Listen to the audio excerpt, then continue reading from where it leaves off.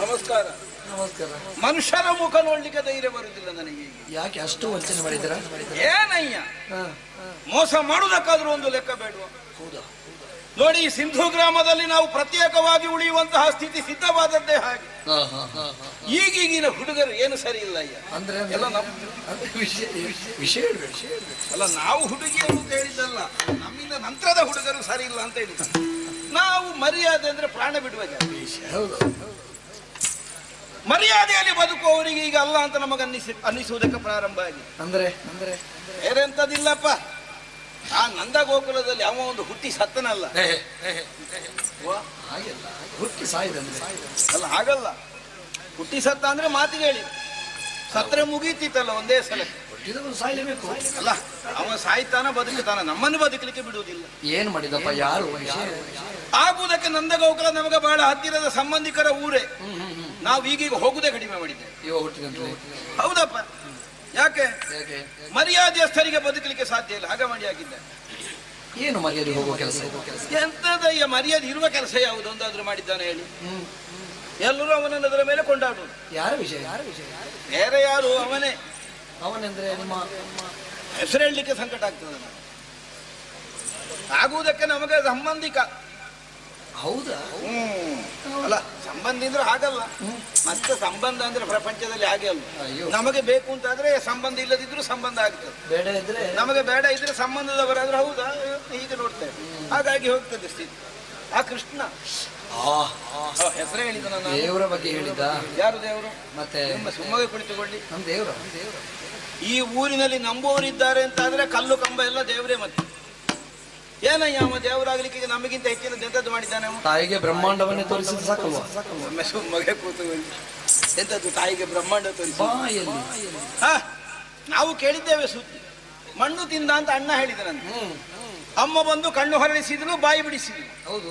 ಬಿಡಿಸುವ ಕಾಲಕ್ಕೆ ತಲೆ ತಿರುಗಿ ಬಿದ್ದಳಂತೆ. ನನಗೆ ಅನ್ನಿಸ್ತದೆ ಅಂದ್ರೆ ಗುಟ್ಟು ಯಥಾರ್ಥ ಏನು ಎಂತದ್ದು ನೀವು ಯಥಾರ್ಥಕ್ಕಾದ್ರೆ ಅವ ಬಾಯಿ ತೊಳೆಯದೆ ದಿವಸ ಆಗಿರ್ಬೇಕು. ಅಮ್ಮನಿಗೆ ತಲೆ ತಿರುಗಿತ್ತು. ಬ್ರಹ್ಮಾಂಡವೇ ಕಂಡೆ ಅಂತ ಹೇಳಿದ್ರು. ಇವರು ನಂಬಿದ್ರು ಬ್ರಹ್ಮಾಂಡ ಕಂಡದ್ದು. ಈಗ ಬ್ರಹ್ಮಾಂಡವೇ ಕಾಣುವುದಾದ್ರೆ ಈಗ ಇವ ಎಲ್ಲಿತ್ತ ಬ್ರಹ್ಮಾಂಡ ಇಲ್ಲಿ ಉಂಟಾಗಿದ್ದು? ಅದೊಂದು ಚಿತ್ರಣ. ಸುಮ್ಮನೆ ಕುಳಿತುಕೊಳ್ಳಿ. ಅದನ್ನೆಲ್ಲ ನಾನು ಒಪ್ಪುವುದಿಲ್ಲ. ಕಾಳಿಂಗ ಮರ್ದನ. ಇನ್ನು ಅದೊಂದು ಹೊಸ ಗಾತ್ರ. ಕಾಳಿಂಗ ಮರ್ದನ. ಮತ್ತೆ ಎಲ್ಲಿದ್ದದ್ದು ಕಾಳಿಂಗ? ಕಾಳಿಂಗ ನೀರಿನಲ್ಲಿ. ನಿಮ್ಮ ಹತ್ರ ಒಂದು ಮಾತು ನಾನು ಕೇಳಲ್ಲ. ಏನು? ವಿಷ ಉಳ್ಳ ಹಾವು ನೀರಿನಲ್ಲಿ ಮನೆ ಮಾಡ್ತದ? ಅವನನ್ನು ಕಾಣಕ್ಕೆ ಬರ್ತೇನೆ. ನೀರಿನಲ್ಲಿರುವಷ್ಟು ಕಾಲವೂ ಹಾವಿಗೆ ವಿಷ ಇರುವುದಿಲ್ಲ. ಅದರ ಮೈಯಲ್ಲಿ ವಿಷ ತುಂಬಲಿಕ್ಕೆ ಪ್ರಾರಂಭ ಆಯಿತು, ನೀರು ಬಿಟ್ಟದು ನೆಲದ ಮೇಲೆ ವಾಸಿಸುವುದಕ್ಕೆ ಪ್ರಾರಂಭ ಮಾಡುತ್ತೆ. ಹಾಗಿದ್ರೆ ನೀರಿನಲ್ಲಿ ಇದ್ದಂತಹ ಕಾಳಿಂಗ ಅನ್ನುವ ಸರ್ಪನಿಗೆ ವಿಷ ಇತ್ತು ಅನ್ನುವುದನ್ನು ಹೇಳಿದ್ರೆ ನಾವು ಒಪ್ಪುವುದು ಹೇಗೆ? ನೋಡಿದವರು ಎಲ್ಲಿಯೋ ನೀರೊಳ್ಳೆ ಹಿಡಿದದ್ದು. ನಿಮ್ಮ ಸಭೆ ಕುಳಿತುಕೊಳ್ಳಿ. ಹೌದಾ? ಕಾಳಿಂಗ ಮರ್ದನ. ಗೋವರ್ಧನ ಪರ್ವತವನ್ನು ಎತ್ತಿದ್ದು ಕಿರುಬೆರಳಿನಲ್ಲಿ. ಇದು ಅದಕ್ಕಿಂತ ನಂಬಬಹುದಾದ ಒಂದು ಕಥೆ. ಇದು ನಂಬಲಿದೆ. ಕಿರು ಬೆರಳಿನಲ್ಲಿ ಗೋವರ್ಧನ ಪರ್ವತ. ಗೋಪಾಲಕರನ್ನು ಕಾಯ್ದಿದೆ. ನಾನು ಒಂದೇ ಹೇಳ ಅಲ್ಲ, ನಾವು ಸ್ವಲ್ಪ ಬುದ್ಧಿವಂತರು, ಅದು ಪ್ರಶ್ನೆ ಬೇರೆ. ಈ ಪ್ರಪಂಚದಲ್ಲಿರುವ ಮಂದಿಗಳಲ್ಲಿ ಅತೀ ಕಡಿಮೆ ಬುದ್ಧಿಯವರು ಅಂದ್ರೆ ಗೋಪಾಲಕ. ಈಗ ಊರಿನಲ್ಲೆಲ್ಲ ಒಂದು ಸುದ್ದಿ ಆಗಿ ಹೋಗಿದೆ, ಯಾವುದಕ್ಕೂ ಆಗದೆ ಇದ್ದವನನ್ನು ದನ ಮೇಯಿಸಲಿಕ್ಕೆ ಕಳಿಸಿ. ಇವಾಗ ಗೋಪಾಲಕರ ಮುಂಭಾಗದಲ್ಲಿ ದೇವರಾದದ್ದು ಹೇಗೆ? ಗೋವರ್ಧನೋದ್ಧರಣ ಅಥವಾ ಗೋವರ್ಧನ ಗಿರಿಧಾರಿ, ಹೀಗೆ ಒಂದು ಹೆಸರು ಬರುವುದಕ್ಕೆ ಕಾರಣವಾದದ್ದು ಹೇಗೆ ಗೊತ್ತುಂಟು? ಹೇಗೆ? ನಮ್ಮ ಹತ್ರ ಕೇಳಿ ಅದರ ಕಥೆಯನ್ನೆಲ್ಲ. ಅಂದ್ರೆ ಎಡೆ ಬಿಡದೆ 2 ದಿವಸ ಮಳೆ ಬಂತು. ಮಳೆ ಬರುವಾಗ ತಗ್ಗಿನ ಪ್ರದೇಶದಲ್ಲೆಲ್ಲ ನೀರು ತುಂಬಿದೆ. ನೀರು ತುಂಬಾ ವಿಮಾನ ಮಾಡಿದ ಸುಲಭದಲ್ಲಿ ದೇವರಾಗ್ಲಿಕ್ಕೆ ಅವಕಾಶ ಸಿಕ್ಕಿತ್ತು ಅಂತ ಭಾವಿಸಿಕೊಂಡು ಈ ದನ ಕಾಯುವ ಹುಡುಗರನ್ನೆಲ್ಲ ಕರ್ಕೊಂಡು ಮೆಲ್ಲಗೆ ಸ್ವಲ್ಪ ಎತ್ತರದ ಜಾಗಕ್ಕೆ ಗುಡ್ಡಕ್ಕೆ ಹುಡುಕಿ ಹುಡುಕಿ ಹೋಗುವಾಗ ಒಂದು ಗುಹೆ ಕಾಣುವುದಕ್ಕೆ ತೊಡಗಿ. ಆ ಗುಹೆಯೊಳಗೆ ಇವರನ್ನು ನಿಲ್ಲಿಸಿ ಕಿರು ಬೆರಳದಿಂದ ಮೇಲ್ಭಾಗವನ್ನು ಹೀಗೆ ಹಿಡಿದ ನೋಡಿ. ದೇವೇಂದ್ರ ಶರಣಾದ ನೀವೊಮ್ಮೆ ಸುಮ್ಮನೆ ಕೂತುಕೊಳ್ಳಿ. ದೇವೇಂದ್ರ ಶರಣಾದ ದಿಂದದು ದೇವೇಂದ್ರ ಎಲ್ಲಿ ಆಟದ ದೇವೇಂದ್ರ ಬಂದು ಯಾರಿಗೂ ಪೂತನಿ ಸಂಹಾರ. ಇದು ಮತ್ತೊಂದು ಕಥೆ. ಪೂತನಿ ವಿಷಸ್ತ್ರೀ ಅಂತ.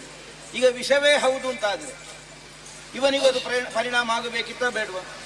ನಾನು ಒಂದೇ ಹೇಳ, ವಿಷ ಅಲ್ಲ ಅವಳ ಮೊಲೆಯಲ್ಲಿದ್ದದ್ದು, ಮತ್ತೆ ಅವಳ ಹಾಲಿನಲ್ಲಿ ಇದ್ದದ್ದು ಸತ್ವಭರಿತವಾದ ಹಾಲು. ಹಾಗಿದ್ರೆ ಬಾಕಿ ಮಕ್ಕಳೆಲ್ಲ ಹೇಗೆ ಸತ್ರು? ರಾಶಿ ಕಾರಣ ಏನು? ಆ ಮಕ್ಕಳಿಗೆ ಹಾಲು ಕುಡಿದ ಅಭ್ಯಾಸ ಇಲ್ಲ. ನಿಮ್ಗೆ ಒಂದೇ ಹೇಳ, ನಾವು ನಿಮಗೆ ಒಂದು ಗುಟ್ಟ ಹೇಳ್ತೇನೆ ನಾನು. ಯಾರಲ್ಲಿ ಯಾವ ವೃತ್ತಿ ಮಾಡ್ತಾರೆ, ಏನು ಉತ್ಪತ್ತಿ ಮಾಡ್ತಾರೆ, ಅದರ ರುಚಿಯೂ ಮನೆ ಮಕ್ಕಳಿಗೆ ನೋಡ್ಲಿಕ್ಕೆ ಕೊಡುವುದಿಲ್ಲ. ಕೊಟ್ಟರೆ ಇವರಿಗೆ ಮಾರಾಟಕ್ಕೆ ಸಿಕ್ಕುವುದಿಲ್ಲ. ಈಗ ನೀವು ಒಳ್ಳೆ ತರಕಾರಿ ಮಾಡುವವರಲ್ಲಿ ಕೇಳಿ, ಹುಳ ಹಿಡಿದ ತರಕಾರಿಯ ಪದಾರ್ಥ ಮಾಡುದು, ಒಳ್ಳೆ ತರಕಾರಿಯನ್ನೆಲ್ಲ ಕೊಂಡೋಗಿ ಮಾಡುದು ಸಂತೆಗೆ. ಗೊಲ್ಲರ ಹಳ್ಳಿಯಲ್ಲಿ ಅದೇ ಕ್ರಮ. ಹಾಲು ತುಪ್ಪ ಮೊಸರು ಬೆಣ್ಣೆ ಎಲ್ಲ ಪರದಿಗೆ ಮಾರುವುದು, ಇವರು ತಿನ್ಲಿಕ್ಕಿಲ್ಲ. ಈಗ ಅಪರೂಪದಲ್ಲಿ ಸಿಕ್ಕಿದ ಈ ಮೊಲೆ ಹಾಲಲ್ಲ, ಸ್ವಲ್ಪ ದಪ್ಪ ಇತ್ತು, ತಿಂದ ಮಕ್ಕಳಿಗೆ ಅಜೀರ್ಣ ಆಯ್ತು, ಎಲ್ಲ ಸತ್ತರತ್ಲ. ಇವ ಯಾಕೆ ಸಾಯಲಿಲ್ಲ ಕೇಳಿದ್ರೆ, ಇವನಿಗೆ ದೇವರದಿಂದ ಜೀರ್ಣ ಶಕ್ತಿ ಒಂದು ಧಾರಾಳ ಸಿಕ್ಕಿದ್ರು. ಆದರೆ ನೀವು ಒಬ್ಬ ಬದುಕಿ ಉಳಿ. ಅವಳು ಹೇಗೆ ಸತ್ತಳು? ಒಂದೇಳ, ನಾನು ಲೆಕ್ಕದಿಂದ ಹೆಚ್ಚು ಉಪಯೋಗ ಮಾಡಿದ್ರೆ ಯಾವುದಾದ್ರೂ ಹೋಗುದು. ಒಂದು ಮಿತಿ ಅಂತ ಇಲ್ಲ. ಇದು ಸಿಕ್ಕ ಮಕ್ಕಳಿಗೆಲ್ಲ ಮೊಲೆ ಉಡಿಸುತ್ತಾ ಆಮೇಲೆ ಶರೀರದ ಹರ್ಸಡೆ ಹೋಯ್ತು. ಅವಳಿಗೆ ಆಯುಷ್ಯ ಮುಗಿದಿತ್ತು, ಇವನಿಗೆ ಪ್ರಯೋಜನ ಆಯಿತು. ಏನಪ್ಪ? ಕಾಕತಾಳೀಯ ಅಂತ ಒಂದುಂಟು ಲೋಕದಲ್ಲಿ. ಕಾಗೆ ಬಂದು ಕೂತುಕೊಳ್ಳುವುದಕ್ಕೂ ತಾಳೆ ಹಣ್ಣು ಬೀಳುವುದಕ್ಕೂ ಸಂಬಂಧ ಸರಿ ಹೋಯಿತು. ಹೆಸರು ಕಾಗೆಗೆ ಬಂತು, ಕಾಗೆ ಕೂತದ್ದರಿಂದ ಬಿತ್ತು ಹಣ್ಣು. ಇದು ಆದದ್ದಾಗಿ ಎಲ್ಲದಕ್ಕೂ ಇದು ಸರಿ ಬೇಕಯ್ಯ. ಅದು ಬಹುಶಃ ಒನಕೆಯಲ್ಲೇ ಬರೆದಿದ್ದ ನಮ್ಮನ ಹಣೆಯಲ್ಲಿ ಬ್ರಹ್ಮ. ನಮ್ಮಲ್ಲಿ ಕಡ್ಡಿಯಲ್ಲಿಯೂ ಬರೀದಿದೆ. ಆದ್ದರಿಂದಲೇ ಹೀಗಾದದಿರ್ಬೇಕು. ಹಾಳಾಗಿ ಹೋಗ್ಲಿ, ಮಾತಾಡಿದ್ರೆ 1000 ಉಂಟು ಅಷ್ಟೇ.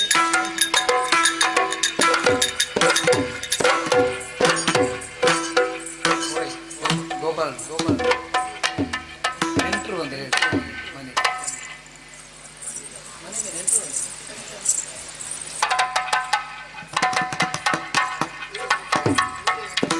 ಹೋಗಿ ಮನುಷ್ಯ ಮಾತಾಡ್ಸ್ಬೇಕು ಬಂದ ಅತಿಥಿ.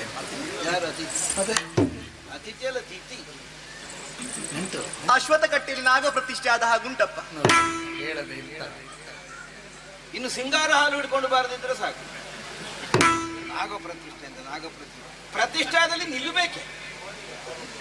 ಪ್ರತಿಷ್ಠಾದ ಮನೆ ಆಗುವುದಿಲ್ಲ, ಮತ್ತೆ ಪ್ರತಿಷ್ಠಾದಲ್ಲಿ ನಿಲ್ಲುವುದು ಹಾಗೆ. ಮನೆಗೆ ಬಂದು ಮಾತಾಡ್ಸ್ಬೇಕು.